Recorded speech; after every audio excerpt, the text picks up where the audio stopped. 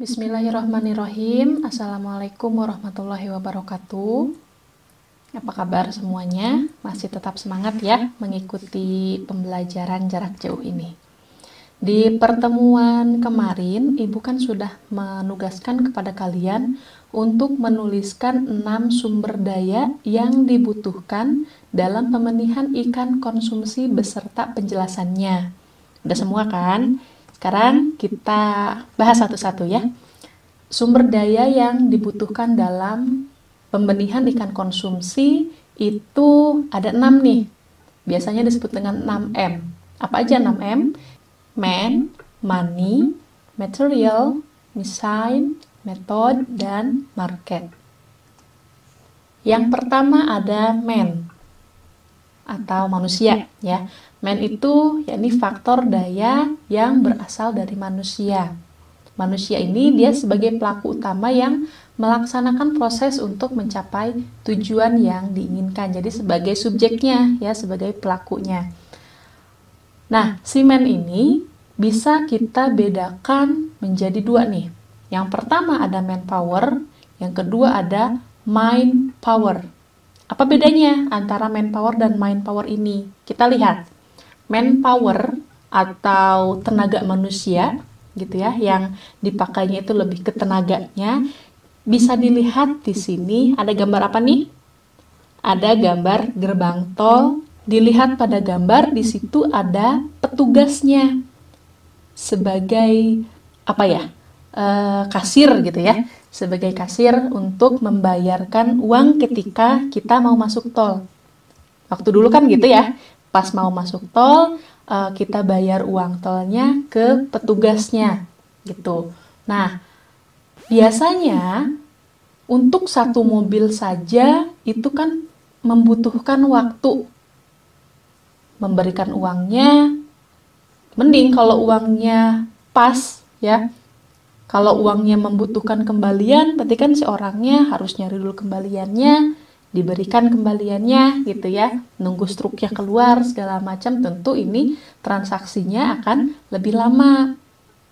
Akibatnya apa? Akibatnya karena satu mobil memerlukan minimal misalkan 1 menit, itu pastikan ke belakangnya bakalan antri, bakalan macet karena masing-masing mobil itu membutuhkan waktu untuk membayar uang tol aja gitu ya. Itu contoh dari tenaga manusia atau manpower. Kalau mind power gimana? Masih sama nih, masih tentang tol ya. Mind itu kan berarti daya pikir gitu ya. Mind power berarti di sini bukan menggunakan tenaga manusia, tapi menggunakan daya pikir si manusia.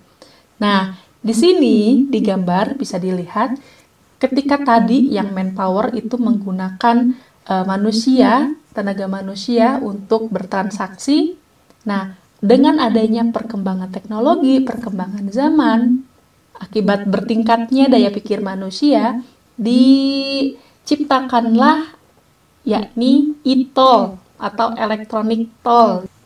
Kita tinggal tap menggunakan e-toll, ya, kartu elektronik yang banyak banget jenisnya, hanya memerlukan waktu paling 5 detik, udah deh kita bisa lanjut. Ya, tentu ini transaksinya akan lebih singkat. Kalau transaksinya lebih singkat, sudah pasti akan mengurangi kemacetan. Gitu. Jadi bisa dilihat ya perbedaannya. Nah, kita lihat nih perbandingan antara di sini ada gerbang tol Cililitan di Jakarta ya. Kita bisa lihat ada 2 jenis nih. Yang pertama itu yang lingkaran ini, yang lingkaran kuning, itu gerbang tol yang manual. Bisa dilihat antriannya panjang banget ya. Sedangkan yang sebelahnya, yang GTO, gerbang tol otomatis, itu merupakan gerbang tol yang tadi sudah menggunakan kartu elektronik sebagai alat transaksinya. Bisa dilihat di situ hanya sedikit saja ya antriannya. Karena apa ya? Karena transaksinya lebih cepat. Hal ini terjadi karena adanya kreativitas dari daya pikir manusia itu ya. Makanya kreativitas ini sangat penting gitu. Makanya kamu juga harus kreatif untuk mencari ide, untuk menciptakan sesuatu yang baru yang bisa lebih memudahkan kehidupan kita. Siapa tahu kamu ke depannya menjadi penemu-penemu yang hebat, ya. Selanjutnya ada money atau uang. Money ini yakni faktor yang dibutuhkan untuk membiayai semua kebutuhan. Contohnya untuk pembelian bahan baku, perawatan mesin, dan gaji karyawan. Di money ini atau di uang ini dapat dikelompokkan menjadi 3 nih. Yang pertama ada dana modal usaha, ada perputaran uang, dan pengelolaan uang. Dana modal usaha udah jelas ya, untuk memulai suatu usaha kita kan pasti membutuhkan modal. Nah, di situ peran uang.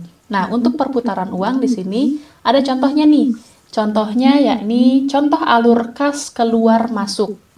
Di sini ada nomornya, ada tanggalnya, ada keterangan, terus ada uang masuk, uang keluar, dan juga saldo.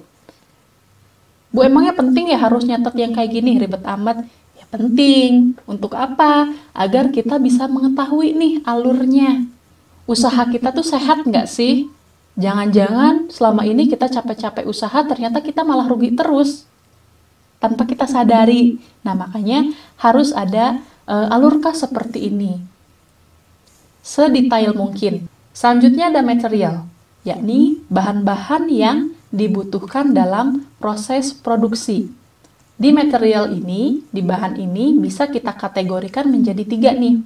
Ada bahan mentah, bahan setengah jadi, dan juga bahan jadi. Apa itu bahan mentah? Bahan mentah yakni barang yang baru dihasilkan oleh alam, belum melalui proses produksi apapun. Jadi benar-benar murni dari alam. Contohnya apa? Contohnya di sini ada kapas. Kapas itu kan bahan alam ya, dihasilkan oleh alam. Kalau bahan setengah jadi, yakni barang yang masih dalam proses produksi.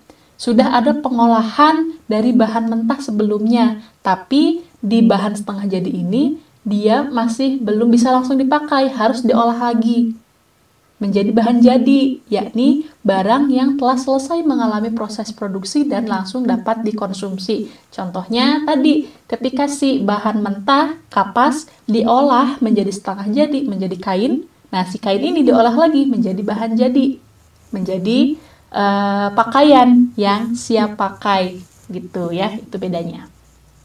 Selanjutnya ada mesin, yakni salah satu sarana yang sangat diperlukan dalam proses produksi.